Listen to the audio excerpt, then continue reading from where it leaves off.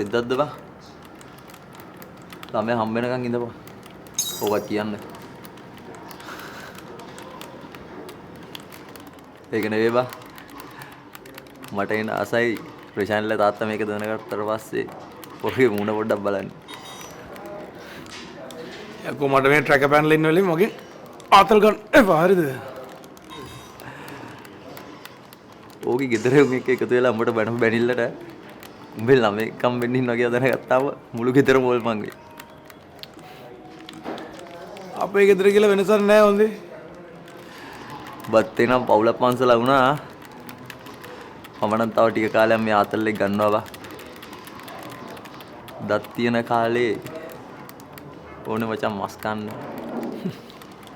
කොච්චර කිව්වත් ප්‍රශාන්ත තමයි මෙතන ලොකුම ප්‍රශ්නේ තියෙන්නේ.